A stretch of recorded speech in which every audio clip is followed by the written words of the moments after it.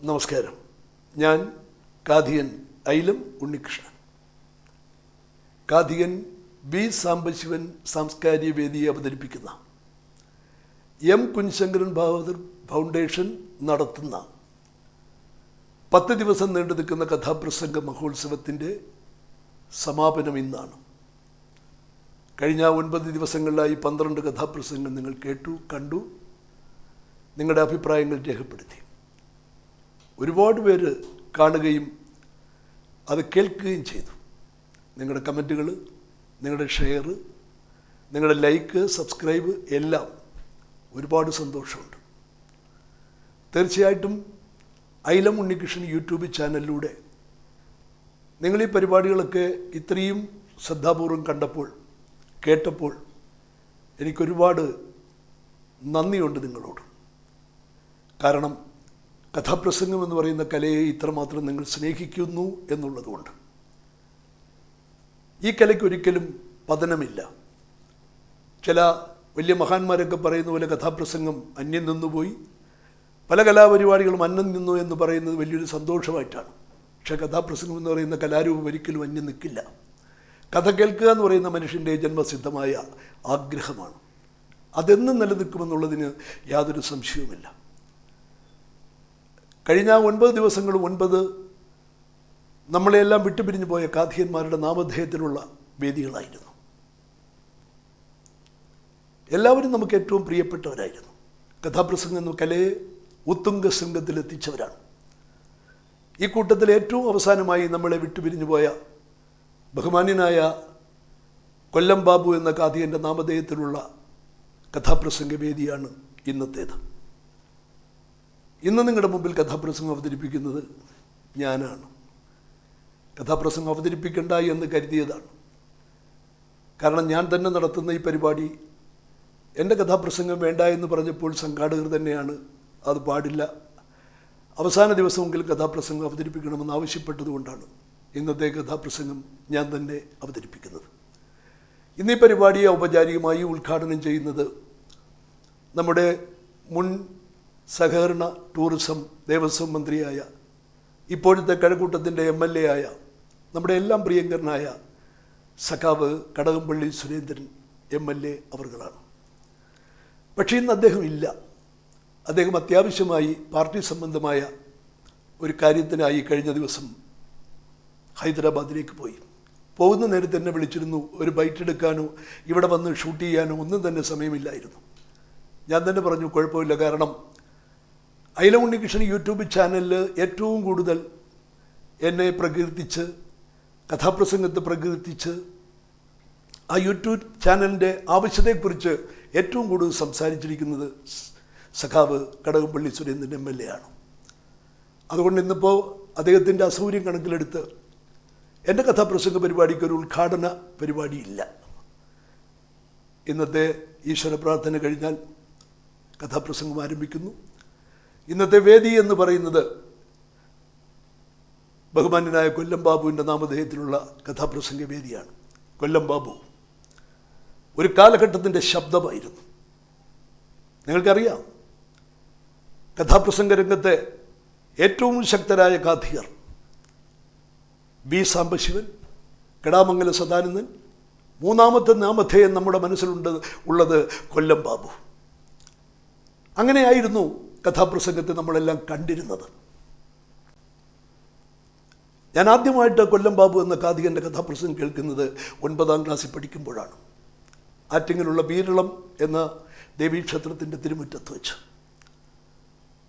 അന്ന് എൻ്റെ മനസ്സിൽ കുടിയേറിയതാണ് ശ്രീ കൊല്ലം ബാബു. അദ്ദേഹം അവതരിപ്പിച്ച കാക്കവിളക്കെന്ന കഥ. അതിനു മുമ്പായിട്ട് തന്നെ ഒരു കാഥികൻ്റെ രൂപവും ഭാവവും ഏറ്റവും മുമ്പിൽ ചെന്നിരിക്കുകയാണ് ഞാൻ എൻ്റെ കൂട്ടുകാരോടൊപ്പം. ആ സ്റ്റേജിൽ എങ്ങനെ നിറഞ്ഞു നിൽക്കുന്നത്. അദ്ദേഹം സ്റ്റേജിൽ നിന്നാൽ അദ്ദേഹത്തിൻ്റെ തല ഉത്തരത്തിൽ തട്ടുമെന്ന് നമുക്ക് തോന്നും. അത്ര ഹൈറ്റും, അത്ര ഒറ്റവാക്കിൽ പറഞ്ഞാൽ നമ്മുടെ പുരാണത്തിലെ ഏറ്റവും ശക്തനായ കഥാപാത്രം കർണൻ നമ്മുടെ മുമ്പിൽ വന്ന് നിൽക്കുകയാണെന്ന് തോന്നും. അതായിരുന്നു കൊല്ലം ബാബു. അങ്ങനെയുള്ള ആ കൊല്ലം ബാബു എന്ന് പറയുന്ന കാഥികൻ സ്റ്റേജിലോട്ട് കയറിയ ആദ്യത്തെ അവതരണ ഗാനം ഉറങ്ങി കിടക്കുന്ന കുഞ്ഞുങ്ങളെല്ലാം അറിയാതെ ചാടി എഴുന്നേറ്റ് പോകും. അദ്ദേഹത്തിൻ്റെ സ്റ്റൈല് തന്നെ മറ്റൊന്നാണ്. വിളിച്ചാൽ കേൾക്കാത്ത ദൈവങ്ങള് വിളക്കുമാടമൊരുക്കൂ. വിളിച്ചാൽ കേൾക്കാത്ത ദൈവങ്ങള് വിളക്കുമാടമൊരുക്കൂ. വിരുന്നൊരുക്കു നിങ്ങളുടെ നാട്ടിൽ വരുന്നു വീണ്ടും ഞാൻ. വിരുന്നൊരുക്കു നിങ്ങളുടെ നാട്ടിൽ വരുന്നു വീണ്ടും ഞാൻ. വിളിച്ചാൽ കേൾക്കാത്ത ദൈവങ്ങളെ വിളക്കുമാടമൊരുക്കൂ. ഇതാണ് ബാബുണ്ണന്റെ സ്റ്റൈല്. അന്ന് ആദ്യമായി ഞാൻ കേട്ട കഥ കാക്കവിളക്ക്. അതായിരുന്നു ചിറ്റുമല ദേവീക്ഷേത്രത്തിൻ്റെ പരിസരവും പശ്ചാത്തലവുമാണ് ആ കഥ. അന്നത്തെ അവിടുത്തെ രാജഭരണം നിലനിന്നിരുന്ന കാലഘട്ടത്തിൽ രാജകുടുംബവുമായി ബന്ധപ്പെട്ട ഒരു കുടുംബത്തിൻ്റെ കഥ, കൊട്ടാരവുമായി ബന്ധമുള്ള ഒരു കഥ. ആ കുടുംബത്തിലെ രാജകുമാരിക്ക് തുല്യമായ പെൺകുട്ടി, അവൾ ചോതി എന്ന ഒരു പുലയ യുവാവിനെ സ്നേഹിക്കുന്നു. ആ സ്നേഹം പ്രേമമായി മാറി. രണ്ടുപേർക്കും പിരിയാൻ വയ്യാത്ത രീതിയിൽ തമ്മിലടുത്തു. പക്ഷേ കൊട്ടാരത്തിലുള്ള മാടമ്പിമാരെല്ലാം ആ സംഭവം അറിഞ്ഞു. അവർ ചോതി എന്ന ആ പുലയ യുവാവിനെ തല്ലിക്കൊല്ലുന്നു. ആ വാർത്ത അറിഞ്ഞ ആ പെൺകുട്ടി, ആ രാജകുടുംബത്തിലുള്ള ആ പെൺകുട്ടി തകർന്നു പോകുന്നു. അവൾ ആത്മഹത്യ ചെയ്യുന്നു. നമുക്ക് കണ്ണുനീരോടല്ലാതെ ആ കഥ കേട്ടിരിക്കാൻ കഴിയില്ല. അത്ര മനോഹരമായിട്ടാണ് ബാബുണ്ണൻ ആ കഥ അവതരിപ്പിക്കുന്നത്. കൊല്ലം ബാബു എന്ന ആ കാഥികൻ, എൻ്റെ ബാബുണ്ണൻ, എത്ര മനോഹരമായിട്ടാണ് ആ കഥ അവതരിപ്പിച്ചത്. അതുപോലെ തന്നെ ഉമ്മണിത്തങ്ക, തിരുവിതാംകൂർ രാജകൊട്ടാരവുമായി ബന്ധപ്പെട്ട, തിരുവിതാംകൂർ ഭരിച്ചിരുന്ന മാർത്താണ്ഡവർമ്മയുടെ ജീവിതവുമായി ബന്ധപ്പെട്ട കഥയാണ് ഉമ്മണിത്തങ്ക. അദ്ദേഹത്തിൻ്റെ കാമുകിയാണ് തങ്ക. അമ്മാവൻ്റെ മക്കളാണ് പപ്പുത്തമ്പിയും രാമൻതമ്പിയും. പക്ഷേ രണ്ടുപേരും, രണ്ട് അളിയന്മാരും തമ്മിൽ മാർത്താണ്ഡവർമ്മ ശത്രുതയിലാണ്. കാരണം ഇവർക്ക് രാജഭരണം പിടിച്ചെടുക്കണം. മാർത്താണ്ഡവർമ്മ അത് വിട്ടുകൊടുക്കില്ല. പക്ഷേ അദ്ദേഹത്തിന് തങ്ക, പപ്പുത്തമ്പിയുടെയും രാമൻതമ്പിയുടെയും സഹോദരിയായ തങ്ക ജീവനാണ്. അദ്ദേഹത്തിൻ്റെ കാമുകിയാണ്. പക്ഷേ ഒരു പ്രത്യേക സാഹചര്യത്തിൽ പപ്പുത്തമ്പിയെയും രാമൻതമ്പിയെയും മാർത്താണ്ഡവർമ്മയ്ക്ക് കൊല്ലേണ്ടി വന്നു. അതറിഞ്ഞ തങ്ക തകർന്നു പോകുന്നു. പിന്നെ അവൾക്ക് പ്രതികാരമായിരുന്നു. അവൾ തൻ്റെ നാക്ക് വലിച്ചു പുഴുത് യക്ഷിയായി മാറി കള്ളിയങ്കാട് എന്ന് പറയുന്ന സ്ഥലത്തേക്ക് പോകുന്നതായിട്ടും കള്ളിയങ്കാട്ട് നീലി എന്നുള്ള പേരിൽ അറിയപ്പെടുന്നതായിട്ടും ആണ് കഥ. അതും നമ്മളെ വല്ലാതെ ആകർഷിച്ച് ആയിരക്കണക്കിന് വേദികളിൽ അവതരിപ്പിച്ച കഥാപ്രസംഗമായിരുന്നു. പിന്നെ അദ്ദേഹം വിശ്വസാഹിത്യ കഥകളിലേക്ക് പോയി. ടൈൽ ഓഫ് ടു സിറ്റീസ്, അതുപോലെ തന്നെ പിന്നെ ഷെയ്ം, ബംഗാളി കഥകൾ, രണ്ട് തുള്ളി വെള്ളം, ദോബൂന്ത് പാനി, രണ്ട് തുള്ളി വെള്ളം, കെ അബ്ബാസിൻ്റെ, അതുപോലെ ഒത്തിരി കഥകളായിരുന്നു വിശ്വസാഹിത്യങ്ങളും ബംഗാളി കഥകളുമായിട്ട് നമ്മുടെ മുമ്പിൽ അവതരിപ്പിച്ചു. അതിൽ മറക്കാൻ വയ്യാത്ത ഒരു കഥ എന്ന് പറയുന്നത് ഷെയ്ം അവതരിപ്പിച്ച ശക്തമായ ഒരു ഇംഗ്ലീഷ് കഥയായിരുന്നു ഷെയ്ം. അതിൻ്റെ കഥാതന്തു, ജാക്യൂസ് എന്ന പട്ടാളക്കാരൻ വൈവാഹിക ജീവിതം കഴിഞ്ഞു, എങ്ങനെയോ തൻ്റെ ഭാര്യ നഷ്ടപ്പെട്ടു. അതിനുശേഷം അയാളൊരു മുഴു മദ്യപാനിയായി മാറി, ഒരു ശ്രീലമ്പടനായി മാറി. ഓരോ ദിവസം ഓരോ പെൺകുട്ടികൾ അദ്ദേഹം ഒരു ലോഡ്ജിൽ കൊണ്ടുവരും. അവിടെ ഒരു നീലമുറിയുണ്ട്. ആ നീലമുറിയിൽ അകത്ത് വെച്ച പെൺകുട്ടിയുമായിട്ടുള്ള ബന്ധം. അതിനുശേഷം ആ പെൺകുട്ടികളെ ഉപേക്ഷിക്കുന്നു. അങ്ങനെ ഒരു ദൂർത്തനായി, ഒരു ശ്രീലമ്പടനായി അങ്ങ് മാറി ജാക്യൂസ് എന്ന ആ വില്ലൻ കഥാപാത്രം. അദ്ദേഹം ഒരു ദിവസം ഒരു പെൺകുട്ടിയുമായിട്ട് ഇതേ ലോഡ്ജിൽ നീലമുറിയിലേക്ക് വന്നു. പക്ഷെ ആ പെൺകുട്ടിയോട് അദ്ദേഹത്തിന് വലിയ സ്നേഹമായിരുന്നു. അവളെ തൻ്റെ ജീവിത സഖിയായി സ്വീകരിക്കണമെന്നുള്ള മോഹത്തോടു കൂടി തന്നെയായിരുന്നു ആ പെൺകുട്ടിയുമായി അടുത്തതും അവളെ സ്വന്തമാക്കാൻ ആഗ്രഹിച്ചതും ആ നീലമുറിയിലേക്ക് കൊണ്ടുവരുന്നത്. പക്ഷെ ആ പെൺകുട്ടി ആ നീലമുറിയിലേക്ക് കടന്നു കയറുമ്പോൾ അവൾ ഞെട്ടിത്തെറിച്ചു പോകും. അവൾ ഏറെ സമയം നിശബ്ദയായിട്ട് ആ മുറിക്കുള്ളിൽ നിൽക്കുന്നു. ജാക്യൂസ് അവളെ വിളിക്കുമ്പോൾ അവൾ നിന്ന് പൊട്ടിക്കരയുകയാണ്. എന്താ, നീ എന്തിനാ കരയുന്നത്? കാരണം അവൾ മാസങ്ങൾക്ക് മുമ്പ് ആ മുറിയിൽ തന്നെ സ്നേഹിച്ച, തൻ്റെ സർവസ്വമായ തൻ്റെ കാമുകനോടൊപ്പം വന്നിരുന്നു. തനിക്കുള്ളതെല്ലാം തൻ്റെ കാമുകന് കാഴ്ചവെച്ചു. പക്ഷേ ആ കാമുകനെ അവളെ വഞ്ചിച്ചു. അവൾക്കത് സഹിക്കാൻ കഴിഞ്ഞില്ല.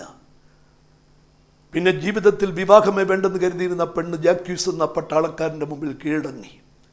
അയാളെ സ്വന്തമാക്കാനും അയാളെ ഇഷ്ടപ്പെടാനും അവൾ ആഗ്രഹിച്ചു. അങ്ങനെയാണ് അയാളോടൊപ്പം അവൾ ആ നീലമുറിയിൽ വന്നത്. അവൾ ജാക്യൂസിനോട് പറയുന്ന ആ 4 വരികൾ. മറ്റൊരു പുരുഷന്റെ ചൂടേറ്റു ഞാനെന്നി മെത്തയിൽ വീണുമയങ്ങി. മറ്റൊരു പുരുഷന്റെ ചൂടേറ്റു ഞാനെന്നി മെത്തയിൽ വീണുമയങ്ങി. അന്നു ഞാൻ ആദ്യമായി മാംസദാഹത്തിൻ്റെ മുന്നിൽ പരാജിതയായി. അന്നു ഞാൻ ആദ്യമായി മാംസദാഹത്തിൻ്റെ മുന്നിൽ പരാജിതയായി. മറ്റൊരു പുരുഷന്റെ ചൂടേറ്റു ഞാനെന്നി മെത്തയിൽ വീണുമയങ്ങി. എന്തൊരു മനോഹരമായ കവിതയാണ്. അതെത്ര മനോഹരമായിട്ടാണ് നമ്മുടെ മുമ്പിൽ അദ്ദേഹം അവതരിപ്പിച്ചത്. പിന്നെ കഴിഞ്ഞ 30 വർഷങ്ങൾക്ക് മുമ്പ് കൊല്ലം ബാബു എന്ന കാതികന്മാരെല്ലാം ബാബുവണ്ണ എന്ന് സ്നേഹത്തോടെ വിളിക്കുന്ന ആ വലിയ മനുഷ്യൻ കഥാപ്രസംഗത്തോട് വിട പറഞ്ഞു. കാരണം കഴുത്തിലുണ്ടായ ഒരു വേദന അദ്ദേഹത്തെ ഈ രംഗത്ത് നിന്ന് മാറ്റി നിൽക്കാൻ അനുവദിച്ചു. പിന്നെ നാടക സമിതിയായിരുന്നു യവന, കൊല്ലം യവന. 32ഓളം നാടകങ്ങൾ അദ്ദേഹം കേരളക്കരയ്ക്ക് സംഭാവന ചെയ്തു. കലയ്ക്ക് വേണ്ടി തൻ്റെ ജീവിതം, ഉദ്യോഗം പോലും ഉപേക്ഷിച്ച് അദ്ദേഹം കലയ്ക്ക് വേണ്ടിയായിരുന്നു തൻ്റെ 80ാമത്തെ വയസ്സ് വരെ പ്രവർത്തിച്ചത്. ആ കൊല്ലം ബാബു എന്ന അനശ്വരനായ കലാകാരൻ, എൻ്റെ കൊല്ലം ബാബുവണ്ണൻ, ഈ ലോകത്തിനോട് യാത്ര പറഞ്ഞു. അദ്ദേഹത്തിൻ്റെ നാമധേയത്തിലാണ് ഇന്നത്തെ ഈ കഥാപ്രസംഗവേദി. ഇന്ന് ഈശ്വര പ്രാർത്ഥന ചൊല്ലുന്നത് എൻ്റെ 6 സഹോദരിമാരിൽ ഒരാളാണ്. ഞാൻ നേരത്തെ പറഞ്ഞു എനിക്ക് 6 സഹോദരിമാരും ഒരു അനുജനുമാണ്. എല്ലാവരും എൻ്റെ ഇളയതാണ്. എല്ലാവരും പാടാൻ കഴിവുള്ളവരാണ്. പക്ഷേ അച്ഛനോട് ഞാൻ പാട്ട് പഠിക്കേണ്ട, എനിക്ക് ശാസ്ത്രീയ സംഗീതം പഠിക്കേണ്ട എന്നുള്ള വൈരാഗ്യത്തിലാണോ എന്ന് എനിക്കറിയില്ല. അച്ഛൻ ഈ സഹോദരിമാരെ ആരെയും തന്നെ പാട്ട് പഠിപ്പിക്കാൻ ആഗ്രഹിച്ചില്ല. എങ്കിലും എല്ലാവരും ഒരുവിധമൊക്കെ പാടുന്ന കൂട്ടത്തിലാണ്. എന്തായാലും ഇന്നത്തെ ഈ ഒരു പരിപാടിക്ക് എല്ലാവരും കൂടി ചേർന്നുണ്ടാക്കിയിരിക്കുന്ന ഒരു ഫൗണ്ടേഷനാണ് കുഞ്ഞിശങ്കരൻ ഭാഗവതർ ഫൗണ്ടേഷൻ. അതുകൊണ്ട് ഇന്ന് എൻ്റെ ഒരു പെങ്ങൾ ഇന്ന് ഒരു പ്രാർത്ഥനാഗീതം ആലപിക്കുന്നു. ആ പ്രാർത്ഥനാഗീതം ആലപിക്കാൻ വേണ്ടി എൻ്റെ സഹോദരിയെ ഞാൻ വേദിയിലേക്ക് ക്ഷണിക്കുന്നു. അതിനുശേഷം എൻ്റെ കഥ നിങ്ങളുടെ മുമ്പിൽ ഞാൻ അവതരിപ്പിക്കുന്നു. നന്ദി, നമസ്കാരം. എങ്ങുമെങ്ങും നിറയും വെളിച്ചമേ, എൻ മനസ്സിൽ നീ ശാന്തിയാകണമേ. എങ്ങുമെങ്ങും നിറയും വെളിച്ചമേ, എൻ മനസ്സിൽ നീ ശാന്തിയാകണമേ. എൻ്റെ പാദം ഇടറാതിരിക്കുവാൻ എന്നും എന്നിൽ ദയാ ചൊരിയണമേ. പൂവിലൂറുന്ന പൂഞ്ചിരി നീയല്ലോ, പുസ്തകം തരും ജ്ഞാനവും നീയല്ലോ. പുല്ലുമാടവും പൂമണി മേടയും തുല്യമായി തോഴും ശക്തിയും നീയല്ലോ. എങ്ങുമെങ്ങും നിറയും വെളിച്ചമേ, എൻ മനസ്സിൽ നീ ശാന്തിയാകണമേ. നല്ല ചിന്തയായി എൻ്റെ മനസ്സിലും, നല്ല ഭാഷയായി നാവിൻ്റെ തുമ്പിലും, നല്ല ചേരിയായി എൻ്റെ കരത്തിലും, നന്മയായി കടന്നിരിക്കണമേ. എങ്ങുമെങ്ങും നിറയും വെളിച്ചമേ, എൻ മനസ്സിൽ നീ ശാന്തിയാകണമേ. ഞാനും എൻ്റെ പാർട്ടിയും ഇന്ന് അവതരിപ്പിക്കുന്നു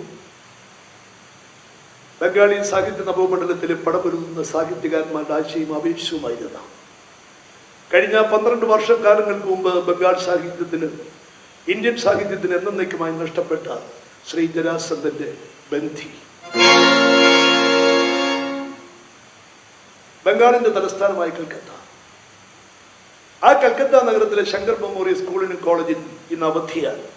കാരണം ആ സ്കൂളിലെ പ്രസിദ്ധനും വയോധികനുമായ ദയാൽ സാർ അന്തരിച്ചു. ദയാൽ സാർ മരിച്ചു. ആ മരണവാർത്ത അറിഞ്ഞ് അദ്ദേഹത്തിന്റെ വസതിയിലേക്ക് കടന്നു ചെന്ന ദയാൽ സാറിന്റെ കൂട്ടുകാർക്കോ ബന്ധുക്കാർക്കോ സ്വന്തക്കാർക്കോ ശിഷ്യന്മാർക്കോ സഹപ്രവർത്തകർക്കോ ആർക്കും തന്നെ കാണാൻ കഴിഞ്ഞില്ല. ആ ശവശരീരത്തെ കെട്ടിപ്പിടിച്ചു കിടന്ന് വാവിട്ട് പൊട്ടി കരയുന്ന ദയാൽ സാറിന്റെ ഭാര്യ മഹേശ്വരി അമ്മയെയും ബിയക്കാരനായ മകൻ ശാരംഗനെയും ഒരേ നിറഞ്ഞു നിൽക്കുന്ന 16 വയസ്സ് പോലും തികഞ്ഞിട്ടില്ലാത്ത ഏക മകൾ യമുനയും, അവർ 3 പേരുടെയും ദുഃഖം ആരും കണ്ടില്ല, ആരും അറിഞ്ഞില്ല. ഇന്നലെ വരെ ജീവിതത്തിൽ യാതൊരു മുതൽക്കൂട്ടുമില്ലാത്ത ദയാൽ സാർ ഇന്നതേ മരിച്ചു കിടക്കുന്നു. കയറി കിടക്കാൻ ഒരു തുണ്ട് ഭൂമി സ്വന്തമായിട്ടില്ലാത്ത, കുഴിച്ചു മൂടാൻ 6 അടി മണ്ണ് സ്വന്തമായിട്ടില്ലാത്ത, വർഷങ്ങളായി കൽക്കത്ത നഗരത്തെ ഒരു കോടീശ്വരന്റെ വീട്ടിൽ വാടകയ്ക്ക് താമസിക്കുന്ന ദയാൽ സാർ ഈ ലോകത്തിനോട് യാത്ര പറഞ്ഞിരിക്കുന്നു. ആ വാർത്ത അറിഞ്ഞ് ആ വസതിയിലേക്ക് കടന്നു ചെന്ന എല്ലാ ആൾക്കാരും ആ വീടിന്റെ പടി കടന്നു പോയി കഴിഞ്ഞു. അറിയിക്കാനെത്തിയ ബന്ധുക്കളൊക്കെയും പിരിഞ്ഞു. ദുഃഖം അറിയിക്കാനെത്തിയ ബന്ധുക്കളൊക്കെയും പിരിഞ്ഞു. വേദന തിങ്ങുവാൻ ജീവിത ബിന്ദുവിന്റെ ആനന്ദഹീനമായി. വേദന തിങ്ങുവാൻ ജീവിത ബിന്ദുവിന്റെ ആനന്ദഹീനമായി. വാടി ദുഃഖം. ദയാൽ സാറിന്റെ മരണ വാർത്ത അറിഞ്ഞ് ആ വസതിയിലേക്ക് കടന്നു ചെന്ന ദയാൽ സാറിന്റെ കൂട്ടുകാരും ബന്ധുക്കാരും സ്വന്തക്കാരും ശിഷ്യന്മാരും സഹപ്രവർത്തകരും എല്ലാവരും ആ വീടിന്റെ പടി കടന്നു പോയി കഴിഞ്ഞു. ഇന്നലെ വരെ ജീവിതത്തിൽ കളിച്ചുല്ലസിച്ച് നടന്നിരുന്ന ബിയക്കാരനായ ശാരംഗൻ ഇന്ന് ആ ചെറുപ്പക്കാരന്റെ ചുമലിൽ ആ കുടുംബത്തിന്റെ ഭാരം മുഴുവൻ വന്ന് വീണിരിക്കുന്നു. ഇല്ല, അമ്മയും പെങ്ങളും പട്ടി കിടക്കാൻ പാടില്ല. രോഗിയായ അമ്മയുടെ മുഖത്തേക്ക് നോക്കുമ്പോൾ, പുര നിറഞ്ഞു നിൽക്കുന്ന തന്റെ കുഞ്ഞു സഹോദരിയുടെ മുഖത്തേക്ക് നോക്കുമ്പോൾ ശാരംഗന്റെ കണ്ണുകൾ നിറഞ്ഞു കവിയാതെ എന്തെങ്കിലും ജോലി സമ്പാദിക്കണം, എന്തെങ്കിലും തൊഴിലുണ്ടാക്കിയെടുക്കണം. ശാരംഗൻ തന്റെ സർട്ടിഫിക്കറ്റുകളുമായിട്ട് വീടിനകത്ത് പുറത്തേക്ക് ഇറങ്ങി. ഓരോ ഓഫീസിന്റെ പടിക്കലും ശാരംഗൻ തട്ടി വിളിച്ചു. ഒരു ജോലിക്ക് വേണ്ടി, ഒരു തൊഴിലിന് വേണ്ടി ഒരു വാതിൽ പോലും ശാരംഗന് വേണ്ടി തുറക്കപ്പെട്ടില്ല. ദിവസങ്ങൾ പലത് കഴിഞ്ഞു. ജോലി തേടിപ്പോയ ശാരംഗൻ ഒരു ദിവസം സന്ധ്യാനേരത്ത് വീട്ടിൽ മടങ്ങിയെത്തുമ്പോൾ അവൻ ഞെട്ടിപ്പിക്കുന്ന ഒരു വാർത്ത അറിഞ്ഞു. 16 വയസ്സ് പോലും തികഞ്ഞില്ലാത്ത തന്റെ കുഞ്ഞു പെങ്ങൾ തന്റെ കൊച്ചു സഹോദരി തനിക്കും കൂടി ആഹാരം തരുന്നതിന് വേണ്ടി തൊട്ടടുത്തുള്ള ഒരു കോടീശ്വരന്റെ വീട്ടിൽ ചെന്ന് അടുക്കള പണി ചെയ്യുന്നു. ശാരംഗനെ കൊണ്ട് സഹിക്കാൻ കഴിഞ്ഞില്ല. തന്റെ കുഞ്ഞു പെങ്ങൾ, തന്റെ കൈവിരൽ തുമ്പിൽ തൂങ്ങി നടന്ന തന്റെ കൊച്ചു സഹോദരി തനിക്കും കൂടി ആഹാരം തരുന്നതിന് വേണ്ടി തൊട്ടയൽപ്പക്കത്തുള്ള കോടീശ്വരന്മാരുടെ വീടുകളിൽ ചെന്ന് ദാസ്യവേല ചെയ്യുന്നു. അന്ന് രാത്രി ശാരംഗൻ ഉറങ്ങിയില്ല. അവൻ തന്റെ കിടക്കയിൽ തിരിഞ്ഞും മറിഞ്ഞും തിരിഞ്ഞും കിടന്നു. രാത്രിയുടെ ഏതോ യാമത്തിൽ ശാരംഗൻ തന്റെ കിടക്കയിൽ നിന്ന് മെല്ലെ എഴുന്നേറ്റു. താൻ കിടക്കുന്ന മുറിയുടെ വാതിൽ തുറന്ന് പുറത്തേക്ക് ഇറങ്ങി. വരാന്തയിലൂടെ മെല്ലെ നടന്ന് അമ്മയും പെങ്ങളും കിടക്കുന്ന മുറിയുടെ മുമ്പിലെത്തി. നോക്കുമ്പോൾ തന്റെ പെറ്റമ്മയെ കെട്ടിപ്പിടിച്ചു കിടന്ന് എല്ലാം മറന്നു കിടന്നുറങ്ങുന്നു തന്റെ കുഞ്ഞു പെങ്ങൾ. എന്തൊരു ദൂർത്തമായ സൗന്ദര്യം! നിഷ്കളങ്കത്തിൻ നിസ്തുലമോഹന യൗവനാംഗങ്ങളിൽ, നിഷ്കളങ്കത്തിൻ തൊടുകുറി ചാത്തിയ നിസ്തുലമോഹന യൗവനാംഗങ്ങളിൽ ഇടത്തുളുമ്പുന്ന കാന്തിപൂരം നിനക്കെന്തിനീ വിശ്വൈക ശില്പി തന്നു. നിളത്തുളുമ്പുന്ന കാന്തിപൂരം നിനക്കെന്തിനീ വിശ്വൈക ശില്പി തന്നു. എന്തിനീ വിശ്വൈക ശില്പി തന്നു. നിമിഷങ്ങളോളം ശാരംഗൻ തന്റെ ഉടപ്പുറപ്പിടത്തിന് നോക്കിയിരുന്നു. തിരികെ തന്റെ മുറിയിലെത്തി. ചിന്താക്രാന്തരായി അങ്ങോട്ടും ഇങ്ങോട്ടും ഇല്ലാത്തത് എന്തെല്ലാമോ അസ്വസ്ഥത ആ ചെറുപ്പക്കാരനെ അടക്കി ഭരിക്കുന്നു. അവനാകെ തളർന്നിരിക്കുന്നു. ഏറെ നേരം കഴിഞ്ഞു. ശാരംഗന്റെ മനസ്സ് വല്ലാതെ പതർന്നു. മനസ്സിൽ എന്തൊക്കെയോ ചിന്തിച്ചുറപ്പിച്ചുകൊണ്ട് ശാരംഗൻ തന്റെ മേശയുടെ അടുത്തേക്ക് ആ മേശയുടെ ആ ട്രാ വലിച്ചു തുറന്നു. നോക്കുമ്പോൾ ആ മേശയ്ക്കുള്ളിൽ നേരിടക്കുന്നു 5 വർഷത്തെ കലാലയ ജീവിതം അന്നവനേകിയ സമ്പദ പത്രം 5 വർഷത്തെ കലാലയ ജീവിതം അന്നവനേകിയ സമ്പദ പത്രം അതുമാത്രമാണവൻ ഏക സമ്പാദ്യം അതുമിന്നാവശ്യം ഇല്ലെന്നു മാത്രം അതുമാത്രമാണവൻ ഏക സമ്പാദ്യം അതുമിന്നാവശ്യം ഇല്ലെന്നു മാത്രം 5 വർഷത്തെ കലാലയ ജീവിതം അന്നവനേകിയ സമ്മത പത്രം 5 വർഷത്തെ കോളേജ് ജീവിതം ഷാരിങ്ങിന് കൊടുത്ത ബിരുദം BA. അവൻ ആ സർട്ടിഫിക്കറ്റുകളെല്ലാം കൂടി എടുത്ത് ഒരു തുകൽ പെട്ടിക്കകത്താക്കി. ആ പെട്ടി കുഞ്ഞ് കയ്യിലേക്ക് എടുത്തു. തന്റെ മുറിയുടെ അകത്ത് പുറത്തേക്ക് ഇറങ്ങി. അമ്മയും പെങ്ങൾ കിടക്കുന്ന മുറിയുടെ അകത്തേക്ക് എറിച്ചു. പെറ്റമ്മയുടെ പാദങ്ങളിൽ കെട്ടിപ്പിടിച്ച് പൊട്ടിക്കരഞ്ഞുകൊണ്ട് ഷാരിങ്ങൻ പറഞ്ഞു, അമ്മേ, ഞാൻ പോകുന്നു. ഈ വീടും നാടും ഉപേക്ഷിച്ച് ഞാൻ പോകുന്നു. ഒരു ജോലി കിട്ടിയതിന് ശേഷമല്ലാതെ ഞാൻ ഒരിക്കലും ഇനി തിരിച്ചു വരില്ല അമ്മച്ചി, ഒരിക്കലും തിരിച്ചു വരില്ല. ഈ പാപിയായ മകനെ ഓർത്ത് ദുഃഖിക്കല്ലേ, ഈ നശിച്ച മകനെ ഓർത്ത് മാത്രം വേദനിക്കല്ലേ അമ്മച്ചി, വേദനിക്കല്ലേ. ഷാരിങ്ങന്റെ കണ്ണിൽ നിന്ന് കണ്ണുനീർ കണങ്ങൾ നടന്ന് അവന്റെ പെറ്റമ്മയുടെ പാദങ്ങളിലേക്ക് വീണു. ഷാരിങ്ങൻ ആ മുറിയുടെ അകത്ത് പുറത്തേക്ക് ഇറങ്ങി. തന്റെ വീടിന്റെ കൽപ്പടവും ചവിട്ടി ഇറങ്ങി ദേ പോകുന്നു ഷാരിങ്ങൻ. ആ രാത്രിയുടെ 2-ാം യാമത്തിൽ ഷാരിങ്ങൻ വന്നു കയറിയത് കൽക്കത്തയിലെ ഹൗറ റെയിൽവേ സ്റ്റേഷനിലേക്കാണ്. വടക്കോട്ട് പോകുന്നതിന് വേണ്ടി ഒരു തീവണ്ടി തയ്യാറായി കിടക്കുന്നു.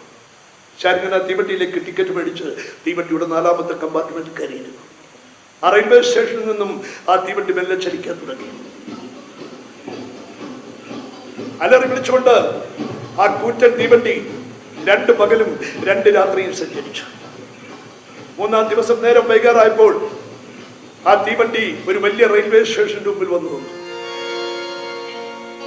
തന്റെ കമ്പാർട്ട്മെന്റിനകത്ത് നിന്ന് ഷാരിങ്ങൻ പുറത്തേക്ക് ഇറങ്ങി. നോക്കുമ്പോൾ ആ തീവണ്ടി ഓഫീസിന്റെ മുമ്പിൽ ഒരു കൂറ്റൻ ബോർഡ് സ്ഥാപിച്ചിരിക്കുന്നു, ഒരു വലിയ ബോർഡ്. ഷാരിങ്ങൻ ആ ബോർഡൊന്ന് വായിച്ചു. ഡൽഹി, നമ്മുടെ മാതൃഭൂമിയായ ഇന്ത്യയുടെ തലസ്ഥാനമായ ഡൽഹി, രാജകീയ പ്രതാപങ്ങളുടെ ഉദയാസ്തമനങ്ങൾക്ക് സാക്ഷി നിന്ന ഡൽഹി, ആവശ്യമില്ലാത്ത പലരെയും പിടിച്ച് മേളിൽ കയറ്റിയ ഡൽഹി, ആവശ്യമില്ലാത്ത പലരെയും കൊണ്ടുവന്ന് താഴെ ഇട്ടു കൊടുത്ത ഡൽഹി, ഡൽഹി നഗരം, ഇന്ത്യയുടെ തലസ്ഥാനമായ ഡൽഹി, കുറ്റൻ കുറ്റൻ കെട്ടിടങ്ങൾ, പുകതുപ്പുന്ന ഫാക്ടറികൾ, ചീറിപ്പായുന്ന വാഹനങ്ങൾ. ആ കാഴ്ചകളെല്ലാം കണ്ടും കേട്ടും ഷാരിങ്ങൻ അന്ന് തന്റെ കയ്യിലുണ്ടായിരുന്ന കാശ് കൊടുത്ത് ഒരു ലോഡ്ജിൽ മുറിയെടുത്തു. സുഖമായി കിടന്നുറങ്ങി. നേരം എടുത്ത് തന്റെ സർട്ടിഫിക്കറ്റുകളുമായിട്ട് ഷാരിങ്ങൻ പുറത്തേക്ക് ഇറങ്ങി. ഓരോ ഓഫീസിന്റെ പടിക്കലും ഓരോ ഫാക്ടറി മുറ്റത്തും ഷാരിങ്ങൻ തട്ടി വിളിച്ചു. എല്ലാ സ്ഥലത്തും വലിയ അക്ഷരത്തിൽ എഴുതി വെച്ചിരിക്കുന്നു, നോ വേക്കൻസി, ഒഴിവില്ല, ജോലിക്ക് ആളെ ആവശ്യമില്ല. ദിവസങ്ങൾ പലതും കഴിഞ്ഞു. ഷാരിങ്ങന്റെ കയ്യിലുണ്ടായിരുന്ന അവസാനത്തെ ചില്ലിക്കാശും തീർന്നു. അവൻ ആഹാരം കഴിച്ചിട്ട് ദിവസങ്ങളായിരിക്കുന്നു. പട്ടിണി, കരിപ്പട്ടിണി, പൈപ്പിലെ പച്ചവെള്ളം മാത്രമാണ് ഷാരിങ്ങൻ ആ കൂടിയുള്ള അഭയം. ഒരു ദിവസം സന്ധ്യ മയങ്ങിയപ്പോൾ വിവശനായ ഷാരിങ്ങൻ ഡൽഹി നഗരത്തിന്റെ ഒഴിഞ്ഞ കോണിൽ കണ്ട ഇടിഞ്ഞു പൊളിഞ്ഞു കിടക്കുന്ന ഒരു പഴയ വീടിന്റെ വരാന്തയിൽ കയറിയിരുന്നു. ആൾപ്പാർപ്പില്ലാത്തൊരു വീടിന്റെ വരാന്തയിൽ. നിമിഷങ്ങളേറെ കഴിഞ്ഞപ്പോൾ ഈ ലോകം മുഴുവൻ തന്റെ മുമ്പിൽ കിടന്ന് കറങ്ങുന്നതായിട്ട് ഷാരിങ്ങൻ തല കറങ്ങി ഷാരിങ്ങൻ ആ വീടിന്റെ വരാന്തയിൽ മറിഞ്ഞു വീണു. സമയം അർദ്ധരാത്രി. കട്ട പിടിച്ച കൂരിരുട്ട്. ആ കൂരിരുട്ടിലൂടെ 4 ചെറുപ്പക്കാർ നടന്നു വരും. ടോർച്ച് തെളിച്ചു, ലൈറ്റും പ്രകാശിപ്പിച്ചു. അവർ മെല്ലെ മെല്ലെ നടന്ന് ഇടിഞ്ഞു പൊളിഞ്ഞു കിടക്കുന്ന ആ വീടിന്റെ വരാന്തയിലെത്തി. മുമ്പേ നടന്നു വന്ന ചെറുപ്പക്കാരന്റെ കാലിലെന്തോ തട്ടി.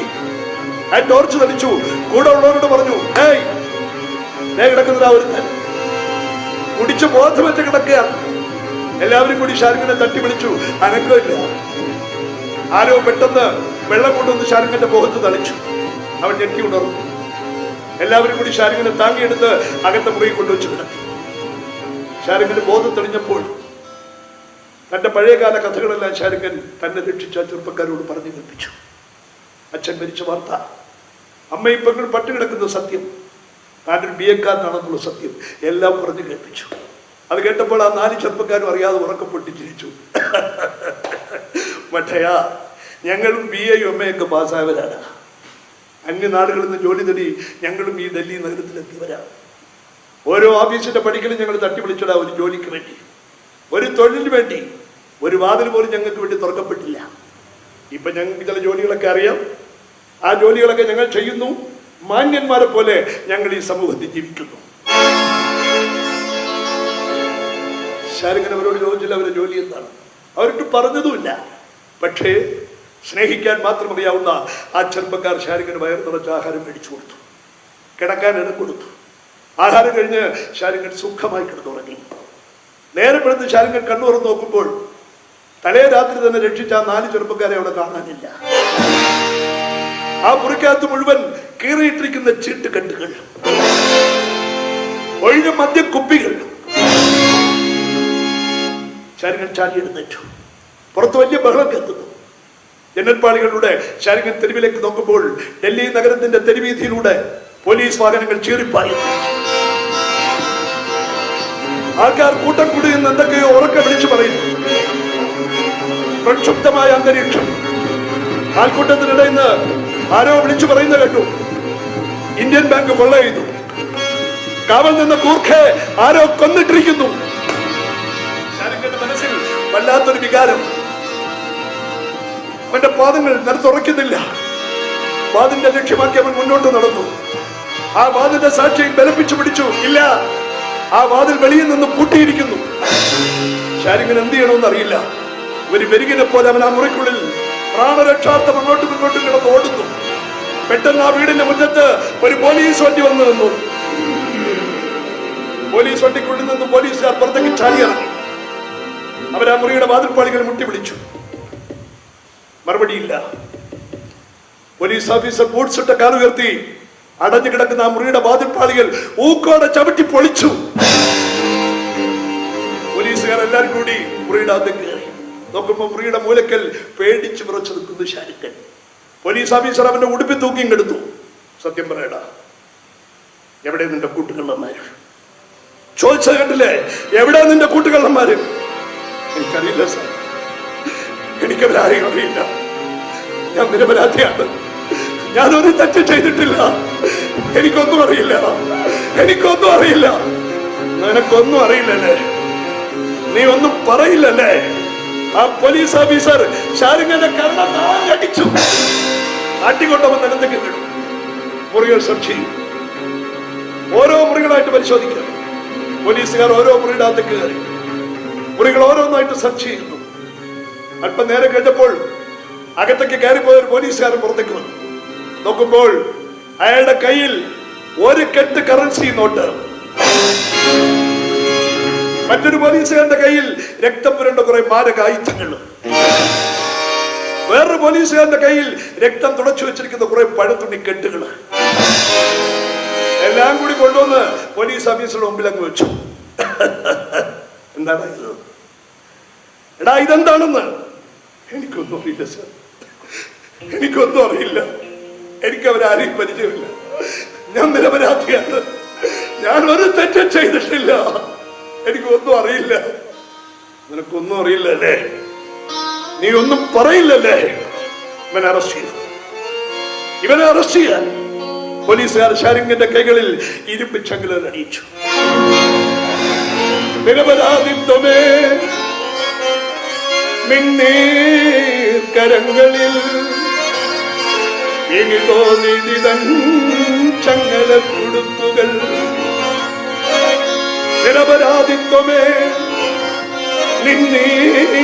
കരങ്ങളിൽ ഇനി തോന്നിതൻ ചങ്ങല കുടുക്കുകൾ. ഒരു തെറ്റ് ചെയ്യാത്ത നിരപരാധിയായ ശാരികനെ പോലീസ് അറസ്റ്റ് ചെയ്ത് പോലീസ് വണ്ടിക്കകത്തേക്ക് കയറ്റി കൊണ്ടുപോകുന്നു പോലീസ് സ്റ്റേഷനിലേക്ക്. പോലീസ് സ്റ്റേഷനകത്ത് കൊണ്ടുവന്നിട്ട് പോലീസുകാർ ശാരികനെ ഭീകരമായിട്ട് മർദ്ദിച്ചു, രാക്ഷസ്യമായിട്ട് മർദ്ദിച്ചു, പൈശാചികമായിട്ട് മർദ്ദിച്ചു. ദിവസങ്ങളേറെ കഴിഞ്ഞു. 2 ആഴ്ച കഴിഞ്ഞ് പോലീസുകാർ ശാരികനെ ഡൽഹി കോടതിയിൽ ഹാജരാക്കി. ഡൽഹി നീതിപീഠം ഒരു തെറ്റ് ചെയ്യാത്ത നിരപരാധിയായ ശാരികനെ ഇന്ത്യൻ ബാങ്ക് കൊള്ള ചെയ്ത് കാവൽ നിന്ന് കൂർഖയെ കൊന്ന കുറ്റത്തിന് 6 വർഷത്തെ കഠിന തടവിന് ശിക്ഷിച്ചു. ശാരിങ്ങനത ഡൽഹി നഗരത്തിലെ തീഹാർ സെൻട്രൽ ജയിലിൽ. സുഹൃത്തുക്കളെ, ഈ സമയത്ത് ഇങ്ങ് കൽക്കത്ത നഗരം. ആ കൽക്കത്ത നഗരത്തിൽ ഒരമ്മയും മകളും, മഹേശ്വരി അമ്മയും യമുനയും, വീട് വിട്ടിറങ്ങിപ്പോയ തന്റെ പൊന്നോമന പുത്രനെയും നോക്കി കണ്ണിൽ എണ്ണയും ഒഴിച്ച് കാത്തിരിക്കുകയാണ് മഹേശ്വരി അമ്മ. ഓരോ റിക്ഷാകളും കുതിരവണ്ടികളും ആ വീടിന്റെ മുറ്റത്ത് വന്ന് നിൽക്കുമ്പോൾ ആ പെണ്ണ് ഓടിച്ചെല്ലും തന്റെ ആങ്ങളെ കാണാൻ, തന്റെ കൊച്ചേട്ടനെ കാണാൻ. കണ്ണുനീരോട് മടങ്ങും. അന്നൊരു ദിവസം ആ പെണ്ണ് പത്രത്തിലൊരു വാർത്ത കണ്ടു. തന്റെ അച്ഛൻ പഠിപ്പിച്ച പള്ളിക്കൂടത്തിൽ ശങ്കർ മെമ്മോറിയൽ കോളേജിലും സ്കൂളിലും ഒരു ലേഡി ടീച്ചറുടെ വേക്കൻസി ഉള്ളതായിട്ടുള്ള വാർത്ത. അവൾ ആ ജോലിക്ക് അപേക്ഷിച്ചു. ആ സ്കൂളിന്റെ മാനേജ്മെന്റ് മരിച്ചുപോയ ദയാൽ സാറിനെ ഓർമ്മിച്ച് യമുനയ്ക്ക് ആ സ്കൂളിൽ ജോലി കൊടുത്തു. അധ്യാപികയായിട്ട് ചാർജ് എടുക്കുന്ന ദിവസം നന്നായി അണിഞ്ഞൊരുങ്ങി തന്റെ മാതാവിന്റെ പാദങ്ങളിൽ തൊട്ട് വന്നിച്ചുകൊണ്ട് യമുന വീടിനകത്ത് പുറത്തേക്ക് ഇറങ്ങി. വരുന്നു. എന്തൊരു ദൂർത്തമായ സൗന്ദര്യം! നിതംബം മറിഞ്ഞു കിടക്കുന്ന തലമുടി, അതാ വരുന്നു. മനോഹരിയായ പെണ്ണ്, സുന്ദരിയായ പെണ്ണ്. വരുന്നു.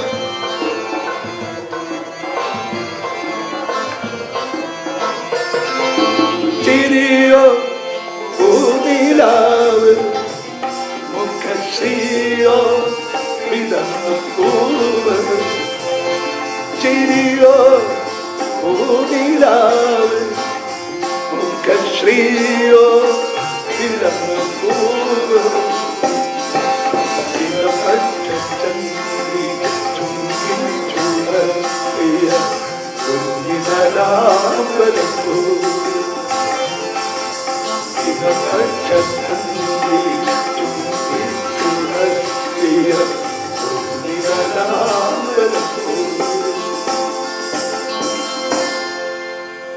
അന്നൊരു ദിവസം യമുന പള്ളിക്കൂടം വിട്ട് വീട്ടിലേക്ക് വരുമ്പോൾ പെട്ടെന്ന് ആ പെണ്ണിന്റെ മുമ്പിൽ ഒരു കാർ വന്നു.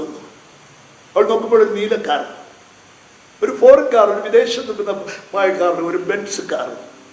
ആ കാറിന്റെ ഡോർ തുറന്ന് കാറിനകത്തുനിന്ന് ഒരു ചെറുപ്പക്കാരൻ പുറത്തേക്ക് ഇറങ്ങി.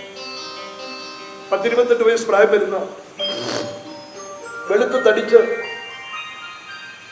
അതിമനോഹരനായ ഒരു ചെറുപ്പക്കാരൻ. വെള്ള പാന്റ്, വെള്ള കോട്ട്.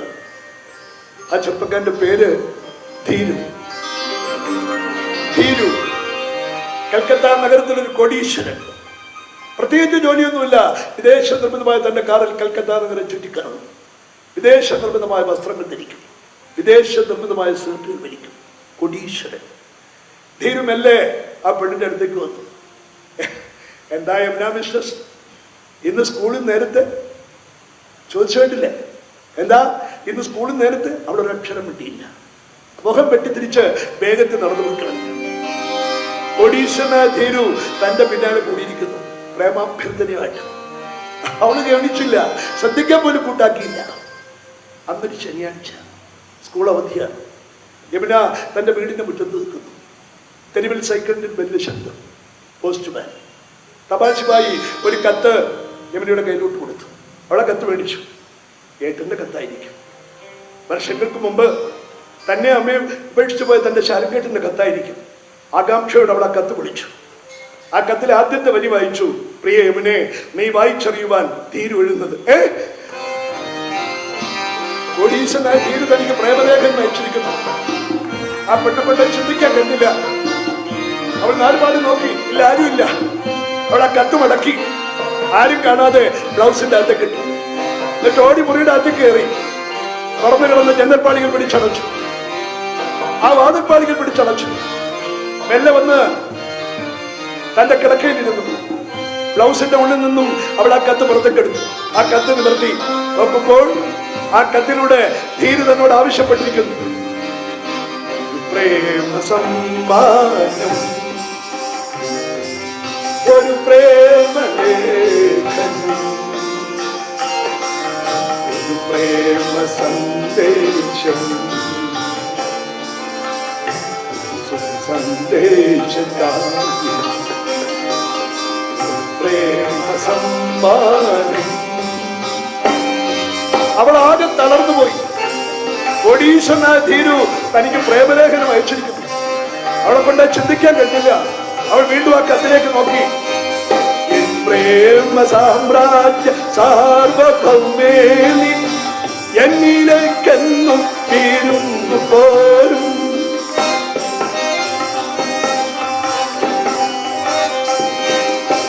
പ്രേമ സാമ്രാജ്യ സാർവഭൗമേനി എന്നിലേക്കെന്നും തീരുന്നു പോരും. എല്ലാം ഒരുക്കിയ കാത്തിരിക്കും സ്വപ്നാഭിലാഷത്തെ സ്വീകരിക്കാൻ.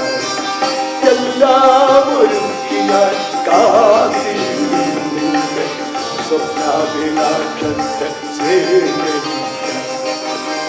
പ്രേമ സമ്മാനം ഒരു പ്രേമലേഖനം, ഒരു പ്രേമ സന്ദേശം, പ്രേമ സമ്മാനം. അവൾ ആ കത്ത് തുണ്ടമായി വലിച്ചു കയറി ജനൽപ്പാളികളുടെ പുറത്തേക്ക് എറിഞ്ഞു. എന്നിട്ട് ഓടിച്ചെന്ന് തന്റെ കിടക്കയിൽ കമിഴ്ന്നടിച്ചു വീണു. ഒരു കൊച്ചു കുഞ്ഞിനെ പോലെ കിടന്ന് തേങ്ങി തേങ്ങി കരയുന്നു. കോടീശ്വരനായ ധീരു തനിക്ക് പ്രേമലേഖനം അയച്ചിരിക്കുന്നു. കയറി കിടക്കാൻ ഒരു തുണ്ട് ഭൂമി സ്വന്തമായിട്ടില്ലാത്ത, കുഴിച്ചുകൂടാൻ 6 അടി മണ്ണ് സ്വന്തമായിട്ടില്ലാത്ത തനിക്ക് വേണ്ടി പ്രേമലേഖനം അയച്ചിരിക്കുന്നു കോടീശ്വരനായ ധീരു. അവർക്ക് അന്ന് രാത്രി അപ്പോഴും ഒരു പോള കണ്ണടച്ചില്ല. നേരെ വെളുക്കോളം തന്റെ കിടക്കയിൽ കിടന്ന് പൊട്ടിപ്പൊട്ടി കരഞ്ഞു. ദിവസങ്ങൾ പലത് കഴിഞ്ഞു. അന്നൊരു സന്ധ്യാനേരത്ത് യമുന പള്ളിക്കൂടം വിട്ട് വീട്ടിലേക്ക് വരുമ്പോൾ നീലക്കാരി ചാരി നിൽക്കുന്നു ധീരു. അയാളെ കണ്ട മാത്രയിൽ ആ പെണ്ണ് വേഗത്തിൽ നടന്നു. യമുനെ, ധീരുവിന്റെ വിളി കേട്ടപ്പോൾ ആ പെണ്ണ് ഷോക്ക് ഏറ്റതുപോലെ അറിയാൻ നിന്നു. അയാളെ പെണ്ണ് അടുത്തേക്ക് നിന്നു. യമുനെ, ഞാൻ നിന്നോടൊരു കാര്യം ആവശ്യപ്പെട്ടിരുന്നു. ഒത്തിരി ദിവസങ്ങളായി, ഇതുവരെയായിട്ട് നീ എനിക്ക് മറുപടി തന്നില്ല. നോക്ക്, ഞാൻ കോടീശ്വരനാണ്. അച്ഛനും അമ്മയ്ക്കും കൂടിയുള്ള ആകെയുള്ള ഒരേ ഒരു മകനാണ്. നീ പാവപ്പെട്ടവളാണെന്ന് എനിക്കറിയാം. കയറിക്കിടക്കാൻ എടുത്തുകൊണ്ട് ഭൂമി പോലും സ്വന്തമായിട്ടില്ല എന്ന് എനിക്കറിയാം. എങ്കിലും എനിക്ക് നിന്നെ ഇഷ്ടമാണ്. നിന്റെ ഈ സൗന്ദര്യം, ഈ പെരുമാറ്റം, ഈ ശാലീനത, ഞാൻ നിന്നെ വിവാഹം കഴിക്കാൻ ആഗ്രഹിക്കുന്നു. നിനക്കിഷ്ടമാണെങ്കിൽ മാത്രം ആലോചിച്ച് മറുപടി പറഞ്ഞാൽ മതി. ആലോചിക്കാൻ ഞാൻ ഒരാഴ്ച സമയം തരും. ഒരാഴ്ച. അയാൾ ഓടിച്ചെന്ന് തന്റെ കാറിനകത്തെ കയറി കാർ സ്റ്റാർട്ട് ചെയ്തേ പോകുന്നു. യമുന ധീരുവിനെ തന്നെ കണ്ണെടുക്കാൻ നോക്കി നിൽക്കുന്നു. എന്തൊരു മനുഷ്യൻ, എന്തൊരു മനുഷ്യൻ. അന്ന് രാത്രി അവൾ മനസ്സമാധാനത്തോട് ഉറങ്ങി. ദിവസങ്ങൾ ഓരോന്ന് കഴിയുന്തോറും ധീരുവും യമുനയും തമ്മിലുള്ള ബന്ധം ഗാഠമായി തീർന്നു. ആർക്കും പറിച്ചു മാറ്റാൻ കഴിയാത്ത രീതിയിലുള്ള അത്രമാത്രം ശക്തമായി മാറി. ആരും അറിഞ്ഞില്ല. അന്നൊരു സന്ധ്യാനേരത്ത് യമുന പള്ളിക്കൂടം വിട്ട് വീട്ടിലെത്തുമ്പോൾ തന്റെ വീടിന്റെ ഉമ്മറത്ത് ഒത്തിരി ആൾക്കാർ കൂട്ടം കൂടി നിൽക്കുന്നു. വീടിനകത്തുണ്ടായിരുന്ന മുഴുവൻ സാധനങ്ങളും ആരോ വലിച്ചു വാരി പുറത്തേക്ക് എറിഞ്ഞിരിക്കുന്നു. വീടിന്റെ ജനൽപ്പാടികളും വാതിൽപ്പാടികളും എല്ലാം അടച്ചു മുദ്ര വച്ചിരിക്കുന്നു. ആൾക്കൂട്ടത്തിന്റെ ഇടയിൽ നിന്ന് വാവിട്ട് പൊട്ടിക്കരയുന്നു തന്റെ പെറ്റമ്മ മഹേശ്വരി അമ്മ. യമുനയെ കണ്ട മാത്രമേ മഹേശ്വരി അമ്മ ഓടി വന്ന് മോളെ കെട്ടിപ്പിടിച്ചു. മോളെ, നമ്മളിനി എങ്ങോട്ട് പോകും മോളെ? ആ ദ്രോഹി, ഈ വീടിന്റെ ഉടമസ്ഥൻ നമ്മളെ വീട്ടിൽ നിന്ന് അടിച്ചു പുറത്തേക്ക് ഇറക്കി. ഇനി താമസിക്കാൻ ഈ വീട് വാടകയ്ക്ക് തരില്ല എന്ന് പറഞ്ഞു. പ്രായമായി നിന്നെയും കൊണ്ട് ഈ രാത്രി ഞാൻ ഇനി എങ്ങോട്ട് പോകും? എനിക്കറിയില്ലേ, ഈ കൽക്കത്ത നഗരത്തിൽ സൂചി ഊന്നാൻ ഇടം കിട്ടില്ല. നമ്മൾ ഇനി എങ്ങോട്ട് പോകും മോളെ? ഈ അമ്മച്ചിക്ക് ഒന്നും അറിയില്ല. സ്നേഹിക്കാൻ മാത്രം അറിയാവുന്ന, സ്നേഹം മാത്രം കൈമുതലായുള്ള കൽക്കത്ത നഗരത്തിലെ പാവപ്പെട്ട ചുമട്ട് തൊഴിലാളികൾ ആ സാധനങ്ങളെല്ലാം പേർക്ക് 2 ഭാണ്ഡക്കെട്ടുകളാക്കി. ആ 2 ഭാണ്ഡക്കെട്ടുകളും കൂടി എടുത്ത് യമുനയുടെയും മഹേശ്വരി അമ്മയുടെയും തലയിലേക്ക് വെച്ചു.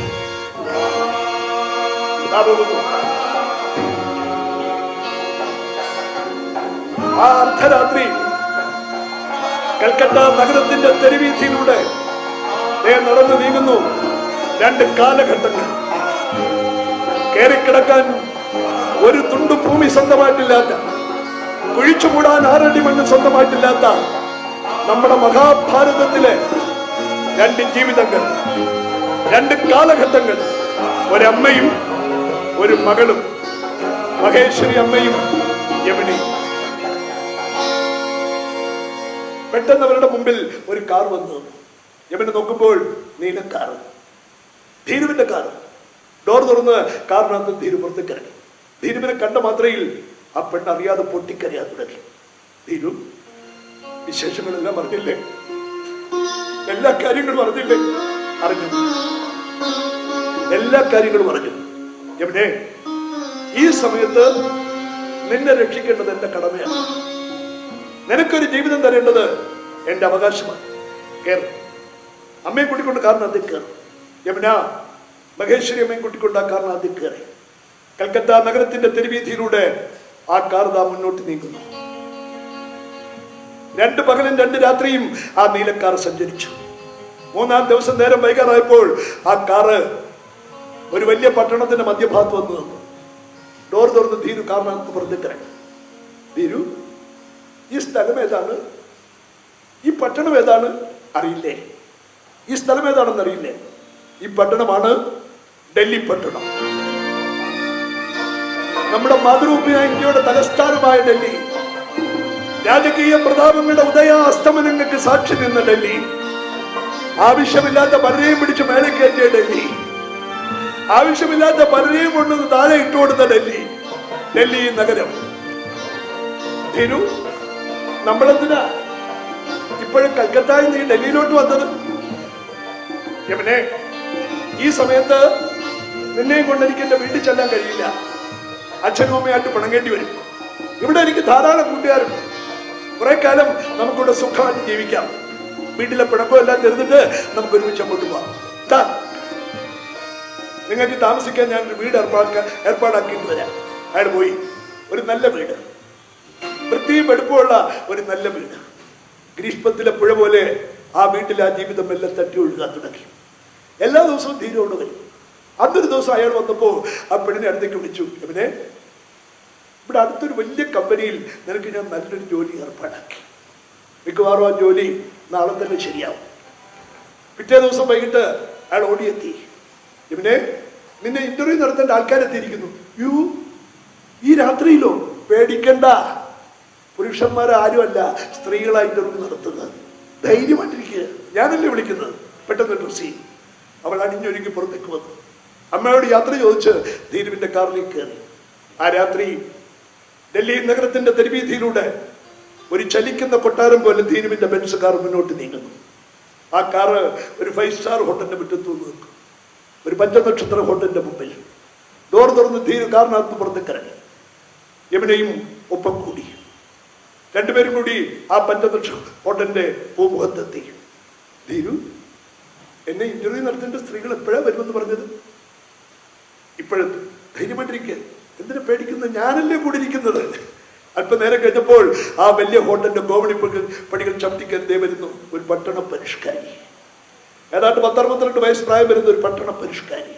പക്ഷേ അവർ മേക്കപ്പ് ചെയ്ത് ഏതാണ്ട് ഒരു 10-26 വയസ്സാക്കി മാറ്റിയിരിക്കുന്നു. സ്ലീവ്ലെസ് ബ്ലൗസ്, മുടിയെല്ലാം കൂടി ബോബ് ചെയ്തിട്ടിരിക്കുന്നു, കയ്യിൽ വാനിറ്റി ബാഗ്, ചുണ്ടിൽ ലിപ്സ്റ്റിക്ക്. ധീരുവിനെ കണ്ടപ്പോൾ അവർ അറിയാതെ വിളിച്ചു, ഹലോ മിസ്റ്റർ ധീരു, എപ്പ ബന്നു. ഇപ്പൊ ഒന്ന് ഈ ഇരിക്കുന്ന ആരാ? വൈഫാനോ ഭാര്യയാണോ എന്നാ ചോദിക്കുന്നത്. അല്ല, ഓ കാമുകിയാണല്ലേ, ഗേൾഫ്രണ്ട് ആണല്ലേ. What is your name? എന്റെ പേര് Yamuna. Good night mister Dheeru, you are a lucky person. 100% you are a lucky person. ഇത്രയും സുന്ദരിയായ ഒരു പെൺകുട്ടിയെ കാമുകിയാൽ ലഭിച്ച നിങ്ങൾ ഭാഗ്യവാനാണ്. ധീരു, ഇവിടെ എന്തൊരു ചൂടാ. മേളിൽ എയർ കണ്ടീഷൻ മുറി വെക്കൻ്റാണ്. ഞാൻ അങ്ങോട്ട് പോകുന്നു. യമുന വരുന്നുണ്ടോ? ഇല്ല, ഞാൻ വരുന്നില്ല. ധീരു വരുന്നുണ്ടോ? ഇല്ല, ഞാനും വരുന്നില്ല. യമുനെ ചെല്ല, അവരോടൊപ്പം മേളിലേക്ക് ചെല്ല. എൻ്റെ ധീരു വരുന്നില്ല, ഞാൻ വരാം. ധൈര്യമായിട്ട് ചെല്ല. മനസ്സില്ല മനസ്സോടെ ആ പട്ടണ പരിഷ്കാരിയോടൊപ്പം യമുന ആ വലിയ ഹോട്ടലിന്റെ 3ാമത്തെ നിലയിലേക്ക് കയറി. ഒഴിഞ്ഞു കിടക്കുന്ന എയർ കണ്ടീഷൻ മുറിയിടത്തേക്ക് അവർ രണ്ടുപേരും കൂടി പ്രവേശിച്ചു. രാത്രി ഏറെ കഴിഞ്ഞിരിക്കുന്നു. സമയം രാത്രി 10 മണി കഴിഞ്ഞിരിക്കുന്നു. പെട്ടെന്ന് അടഞ്ഞു കിടക്കുന്ന ആ മുറിയുടെ വാതിൽപ്പാളികളിൽ ആരോ മുട്ടി വിളിക്കുന്നു.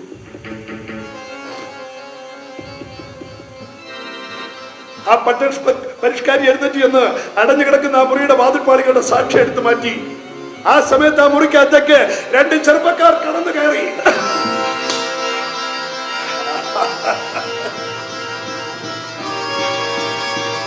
അപരിചിതരായ ചെറുപ്പക്കാരെ കണ്ടപ്പോൾ ആ പട്ടണ പരിഷ്കാരി ഉറക്കെ വിളിച്ചു, മിസ്റ്റർ മഹേന്ദ്ര, ഞാൻ പറഞ്ഞ പെൺകുട്ടി ഇതാണ്. ഞാനൊരു പെണ്ണിന്റെ കാര്യം പറഞ്ഞില്ലായിരുന്നു, ഒരു ജോബിന്റെ കാര്യം, ഒരു ജോലിയുടെ കാര്യം. ഇവൾക്ക് വേണ്ടിയാ. ജോബോ ജോലിയോ? എവക്കോ? എവക്ക് ഞാൻ എന്റെ എല്ലാ കമ്പനിയിലും ജോലി കൊടുക്കും. എവളെ ഞാൻ എന്റെ എല്ലാ ഫാക്ടറിയിലെ ഉദ്യോഗസ്ഥയാക്കും. എവളെ സൗന്ദര്യം എന്നെ വല്ലാതെ മത്ത് പിടിപ്പിക്കുന്നു. ധീരു എവിടെ? എവളെ കൂടെ വന്ന ധീരു എവിടെ? താഴെ ഇരിക്കുന്നു. പാവം പയ്യൻ, ബ്രോക്കർ. ആ മിസ്റ്റർ മഹേന്ദ്ര, നേരെ എത്രയായി? എങ്കിൽ ഞാൻ വരട്ടെ. ആ പട്ടണ പരിഷ്കാരി തന്റെ വാനിറ്റി ബാഗ് കയ്യിലേക്ക് എടുത്തു. നിക്ക്, ഞാനും വരുന്നു. ആ ചെറുപ്പക്കാരൻ ഒരുവൻ യമുനയുടെ കരങ്ങളിൽ കടന്നു പിടിച്ചു. നിനക്ക് ജോലി വേണ്ടേ? നിനക്ക് ഉദ്യോഗം വേണ്ടേ? വേണ്ട, എനിക്ക് ജോലി വേണ്ട, എനിക്ക് നിങ്ങളുടെ ഉദ്യോഗം വേണ്ട, വിടും, എന്നെ വിടാ. ആ പെണ്ണ് നോക്കുമ്പോ മേശപ്പുറത്തൊരു കുപ്പി ഇരിക്കുന്നു. ഐസ് വാട്ടർ നിറച്ചു വെച്ചിരിക്കുന്ന കുപ്പി, തണുത്ത വെള്ളം നിറച്ചു വെച്ചിരിക്കുന്ന കുപ്പി. യമുന മെല്ലെ കുനിഞ്ഞ കുപ്പി കയ്യിലേക്ക് എടുത്തു. തന്നെ കടന്നാക്രമിക്കാൻ വരുന്ന ആ ചെറുപ്പക്കാരനെ ലക്ഷ്യമാക്കി യമുന തന്റെ കയ്യിൽ നിന്ന് ആ കുപ്പി ഊക്കോടെ വീശി എറിഞ്ഞു. ചവരിച്ചെന്നിടിച്ച് ആ കുപ്പി ചിഹ്നം ചിതറി നിലത്തേക്ക് വീണു. തന്നെ കടന്നു പിടിച്ചിരിക്കുന്ന ആ ചെറുപ്പക്കാരന്റെ കൈ തട്ടി മാറ്റിക്കൊണ്ട് വായുവേഗത്തിൽ യമുന വാതിൽ ലക്ഷ്യമാക്കി മുന്നോട്ടോടി. പെട്ടെന്ന് ആ കുപ്പിച്ചിലുകൾ ആ പെണ്ണിന്റെ ഉള്ളം കാലിലേക്ക് പൊത്തുകയറി. കാലിന്റെ ഉള്ളിൽ നിന്നും രക്തം ചീറ്റി ഒഴുകി. ബോധം കെട്ട പെണ്ണ് നിലത്തേക്ക് വീണു. കുട്ടിച്ച് ലക്ക് കെട്ട് പരിസരം മറന്നു നിൽക്കുന്ന ആ 2 മനുഷ്യ അധമന്മാരും കൂടി ആ സാധു പെണ്ണിനെ വാരിയെടുത്തു. ആ മുറിക്കകത്തെ കിടക്കയിൽ വെച്ച് കിടത്തി. സ്നേഹിതരെ, ഒരു പെണ്ണിന്റെ ജീവിതത്തിൽ, ഒരു സ്ത്രീയുടെ ജീവിതത്തിൽ അവൾ ഏറ്റവും വിലപ്പെട്ടതായി കാത്തു സൂക്ഷിക്കുന്ന ചാരിത്രം, അഭിമാനം. ആ കട്ട പിടിച്ച കൂരിരുട്ടത്ത് ആ 2 മനുഷ്യ അധമന്മാരും കൂടി, ആ 2 മനുഷ്യ മൃഗങ്ങളും കൂടി ആ സാധു പെൺകുട്ടിയിൽ നിന്നും അപഹരിച്ചെടുക്കുന്നു.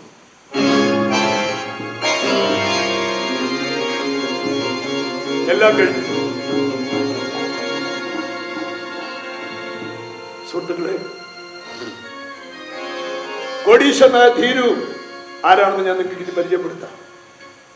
ധീരുവിന്റെ ജോലി എന്താണെന്ന് ചോദിച്ചാൽ, കൽക്കത്ത നഗരത്തിനകത്തും പുറത്തുമുള്ള സുന്ദരിമാരായ പെൺകുട്ടികളെ ധീരു വല വീശി പിടിക്കും.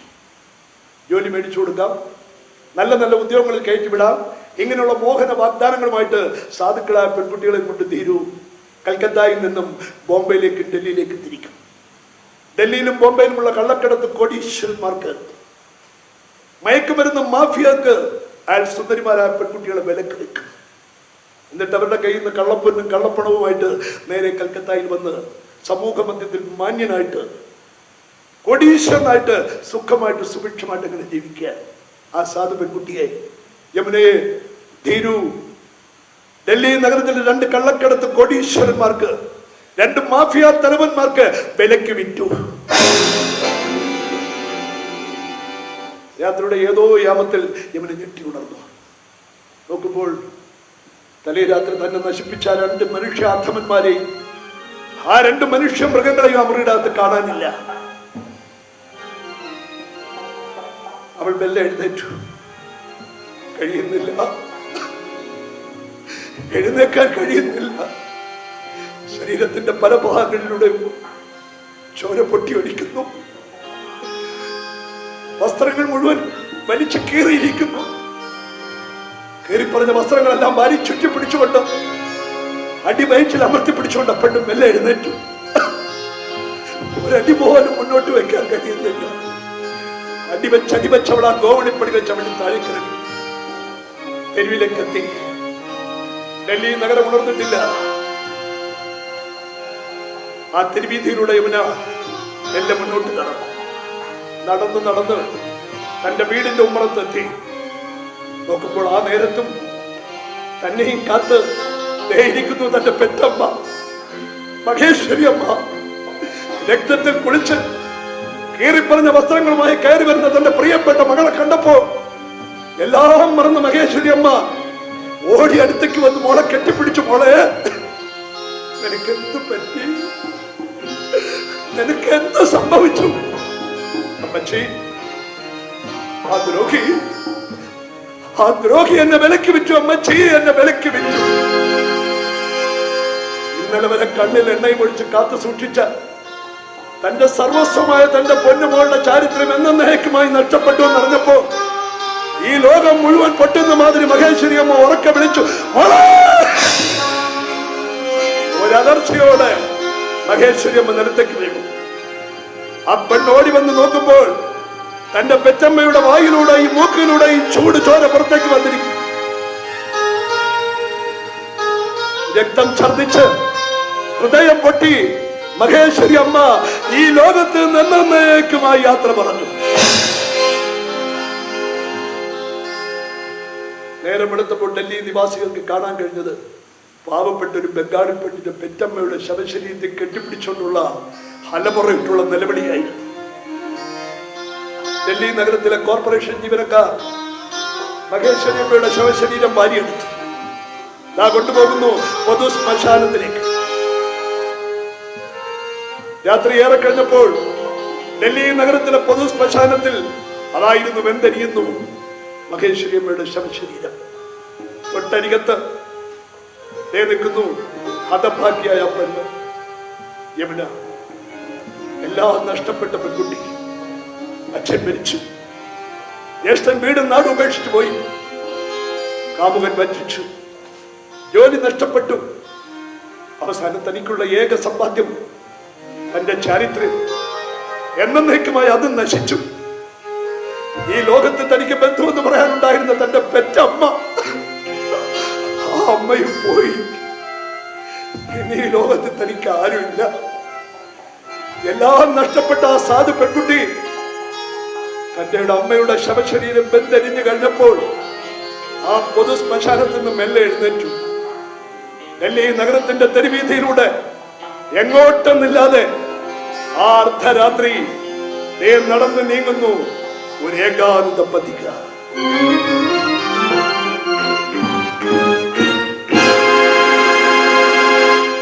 സുഹൃത്തുക്കളെ, ജരാസന്ധന്റെ ബന്ധി എന്ന കഥ ഇവിടെ പൂർണ്ണമാക്കുന്നു.